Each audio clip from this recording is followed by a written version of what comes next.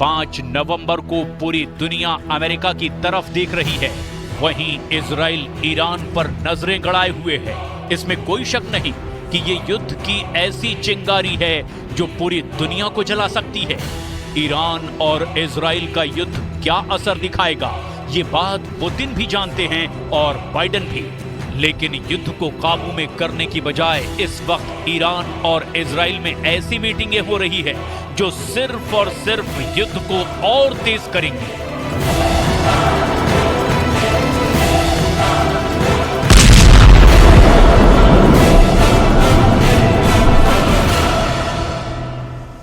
तो दुनिया का सबसे पुराना लोकतंत्र अमेरिका अपना 47वां राष्ट्रपति चुनने के लिए अब से कुछ देर में वोटिंग करेगा और इस बार कड़ी टक्कर है डेमोक्रेटिक पार्टी की कमला हैरिस और रिपब्लिकन पार्टी के डोनाल्ड ट्रंप के बीच में। और कुछ ही देर में वोटिंग शुरू होगी और देखना होगा कि इस बार इस सबसे शक्तिशाली देश की जो टॉप कुर्सी है उस पर कौन सा नेता काबिज होता है। इस पर लगातार हमारी नजर बनी हुई है और वोटिंग जो है वो शुरू हो गई है और अब देखना होगा कि इस सबसे शक्तिशाली सीट पर कौन सा लीडर काबिज होता है, वो डोनाल्ड ट्रंप होते हैं या फिर कमला हैरिस होती हैं। और जो 7 स्विंग स्टेट्स हैं वो तय करेंगी, यानी पलड़ा किसकी तरफ जाता है। तो ये सबसे ज्यादा डिसाइडिंग ये 7 स्टेट्स हैं और इस पे खास तौर पर पेंसिल्वेनिया की स्टेट है। तो अमेरिका राष्ट्रपति चुनाव पर न्यूज़ 18 इंडिया पर सबसे बड़ी कवरेज लगातार आप देखते रहेंगे। एक छोटे से ब्रेक के लिए रुकते हैं, खबरें और भी हैं, आप कहीं मत जाइए।